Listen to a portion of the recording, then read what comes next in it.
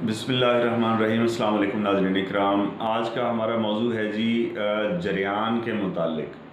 ठीक है जी, जिसे उर्फ़ आम में धात आना, कतरे आना कहते हैं। इसका मैं बिल्कुल सादा आपको इलाज बताऊंगा, लेकिन जो परहेज़ मैं बता दूं, मैं बारहा अपनी हर वीडियो में हर नुस्खे से पहले मैं ये कहता हूं कि जी आप परहेज़ सख्त रखें। और कुछ चीज़ें हैं कि जिन्हें यानी खाने पीने में अवॉइड करना पड़ता है, और कुछ चीज़ें हैं जो हमारे रवैये के अंदर और हमारे अखलाक के अंदर कुछ ऐसी चीज़ें शामिल हो गई हैं कि जिनकी आमेज़िश ने आज का जो नौजवान है उसे बहुत ज़्यादा परेशान कर दिया है।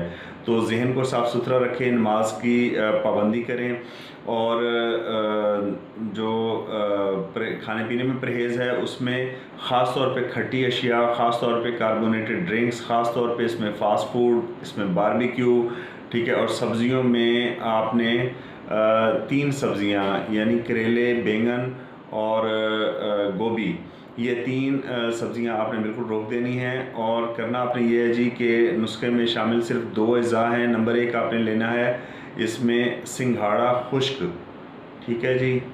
सिंघाड़ा खुश्क आप अगर 50 ग्राम लेते हैं तो 50 ग्राम आप समंदर सूख लेंगे। ये खशखास की तरह के बारीक दाने होते हैं, ठीक है जी। दोनों चीज़ों को आपने अच्छी तरह पीस के मिक्स कर लेना है।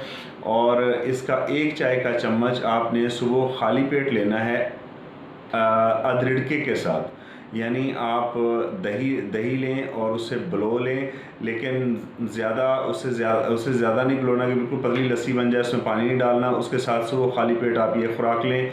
रेगुलर आप इसे 15 से 20 दिन इस्तेमाल कर लें। इंशाल्लाह पुराने से पुराना जरियान, जिन ऐसे मरीज़ के जो कतरों के मरीज़ हैं और साल साल से या महीनों से दवाइयाँ खा रहे हैं और उन्हें फ़र्क नहीं पड़ता, उनका मसला हल नहीं होता, तो इंशाल्लाह 15 से 20 दिन में पुराने से पुराना जो है वो जरियान का मसला आपका हल हो जाएगा।